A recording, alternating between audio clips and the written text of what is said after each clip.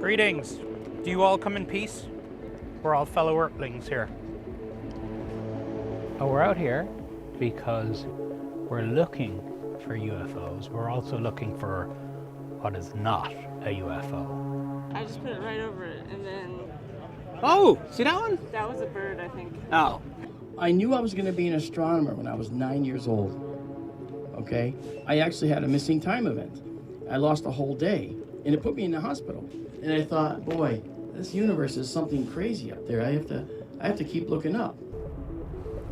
We are here in the California desert on our way to Contact in the Desert, the biggest gathering of ufologists in the world. Here, we're light years past the question whether we are alone in the universe. Instead, people share stories of encounters. It was like light, Abductions. Two very tall Nordic-looking beings, and had a couple of little short grays on each side. And things they just can't explain. When you see orbs dancing in the sky like they're skipping across water, that's not military. But there is still one debate to be had. Everybody's talking about what the Trump administration is going to tell the world about UFOs. Stephen, you say we're on the cusp of a major disclosure event. The disclosure event. The disclosure event. Right. Brought about by... The disclosure president is going to be Donald Trump. And the reason for that is he is the president who got the last chair when the music stopped. The first head of state that confirms that we're not alone gets one of the greatest political legacies of all time. Do you think he's the kind of president who might enjoy having a credible legacy like that? And I think so. Trump didn't make this massive announcement in his first term. Right.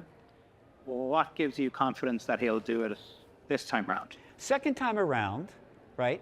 This time not with a lot of carryovers that are in there to kind of keep them, guardrails and crap. Now this is maybe the most important thing I can tell you right now.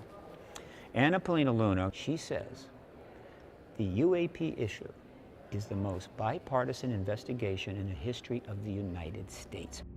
We'll be conducting investigations into the following. As part of Trump's promises for greater transparency from JFK to Epstein to UFOs, he created a task force chaired by Representative Luna on the declassification of federal secrets.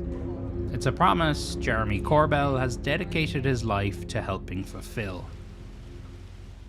You are responsible for bringing people to Congress to testify on this, something now that people are taking seriously. You're going to blame me for that? I'm going to blame you for Look, yeah. It was ingrained in our kind of society that this is not something to be taken seriously.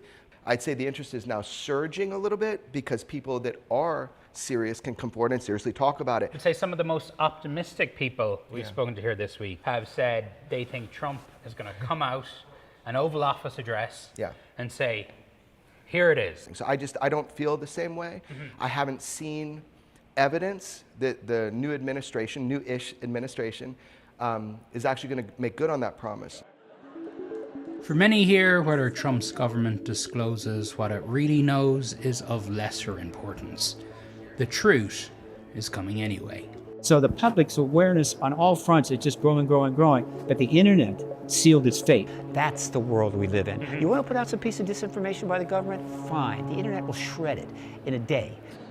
If you told someone this 20 years ago, how do you think they would have reacted? They say you're crazy. Thank you. That's why. So what's changed? This community? Community. Yep. Our community. This community. That's what changed. Yeah. People waking up and going, we need to talk about this. I'm like, yes, we do. We need to talk about it a lot because it's coming whether we are ready or not. So.